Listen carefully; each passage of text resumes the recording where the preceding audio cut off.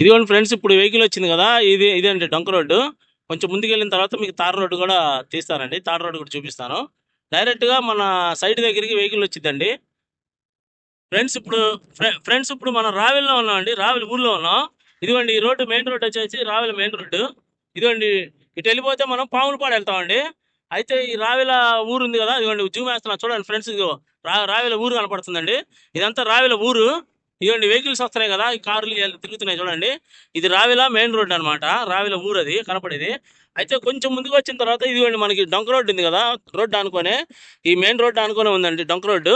అది కొంచెం చెట్టు దగ్గర ఉంది చూడండి ఫ్రెండ్స్, అక్కడ కారు ఆగి ఉంది. ఆ కొంచెం ముందుకు వెళ్ళిన తర్వాత మనకి 2 ఎకరాల 70 సెంట్లు సేల్కి వచ్చిందండి.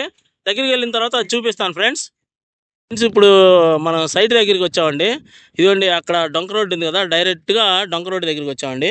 ఇదిగోండి ఇది సైట్. ఇక్కడ నుంచి అదిగో ఫ్రెండ్స్, అక్కడ చెట్టు దాకండి. ఆ తర్వాత అదిగో అక్కడ పాకా వేశారు కదా, అక్కడ నుంచి ఇదిగోండి ఆ చెట్టు దాకా, ఇదిగోండి ఇటో ఈ చెట్టు దాకా, ఇదిగోండి డొంక ఇటు డైరెక్ట్గా వెళ్తే అక్కడ మనకి తార్ రోడ్డు కలిసిద్ది అండి, బేజాతుపురం తార్ రోడ్డు కలిసిద్ది.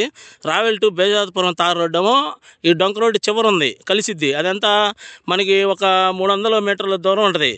ఓకే, ఈ ఈ డొంక రోడ్డు చివరేమో 200 మీటర్ల దూరంలో రావెల పాములపాడు తార్ రోడ్డు ఉంటుంది. అంటే 2 తార్ రోడ్ల మధ్యలో డొంక రోడ్డు అండి. డొంక రోడ్డు ఫేస్ చేసుకొని మనకి ఇది 2 ఎకరాల 70 సెంట్లు ఉంది ఫ్రెండ్స్ ఇది. అంటే ఈ పూలింగ్లోకి పోయినా పాకపోయినా మనకి వెంచర్ వేసుకోవచ్చు అండి. డైరెక్ట్గా రోడ్డు ఉంది, కారు వచ్చి ఆగిద్ది ఇక్కడ, ఈ కారు వచ్చి ఆగిద్ది ఫ్రెండ్స్. ఇక్కడ మనకి వెంచర్ వేసుకోవచ్చు, లేదంటే పూలింగ్లోనే ఇచ్చుకోవచ్చు అండి. ఇంట్రెస్ట్ ఉన్న వాళ్ళు నాకు ఫోన్ చేయండి ఫ్రెండ్స్. ఉంటానండి, బాయ్.